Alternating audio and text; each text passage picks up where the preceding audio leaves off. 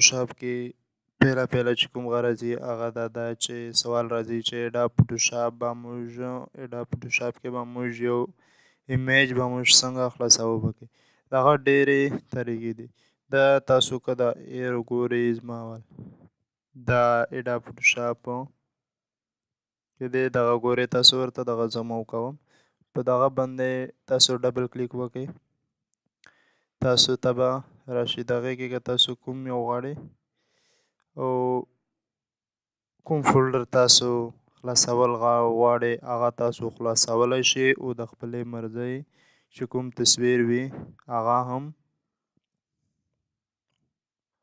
ایډا فوټوشاپ ته راوستی شي. دا خو پیله دغه ده. بیا اوپن په اوپن کې هم تاسو دغه کار کولی شئ. زه به بیا ولاړ شم اوپن ته. دغه کې مختلف قسمه فارمیټ دي چې کوم فارمیټ وال ایمیج تاسو غواړئ هغه به دلته ولګئ. هغه ایمیج که تاسو سره پروت وي هغه به هغې ټایپ چې کوم ایمیج وي هغه به په دغه ځای کې راشي او بیا به یې تاسو اوپن کړئ. سو بله او ډېره مزیداره طریقه په د براوز ان بریج کې ده. کیبورډ شارټکټ یې الټ کنټرول او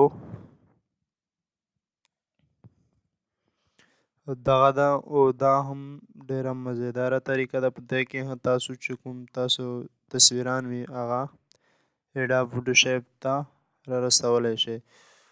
دغه دا ده چې دغه فول ډیټیل هم درکوي. ایمیج هم درښکاره کوي. دغه ګورئ ایمیج ده او دا چې کوم دی دغې تصویر متعلق چې کوم ډیټیل ده هغه ده. دغه 1279/17/04 دغه د نام د ډاکومنټ جی پی جي ده او دغه ایمیج تاسو ایډا فوټوشاپ ته څنګه راوستی شئ. دغه باندې به لیفټ کلیک به وکړئ او دغې په کیمره را کې هم اوپن کولی شئ او اوپن وید ایډا فوټوشاپ CS6 دغه ډیفالټ دغه ایمیج زموږ سره ایډا فوټوشاپ کې اوپن شو یا راغی. دوستانو تر ننه پورې دومره ها بیا به سره ملاویږو. اوس خو موږ روان یو پکې او داسې ورو ورو به ځو. د اسانو شیانو نه به مشکل او خوندور شیانو ته به ځو. دوستانو په لوی الله مو سپارم.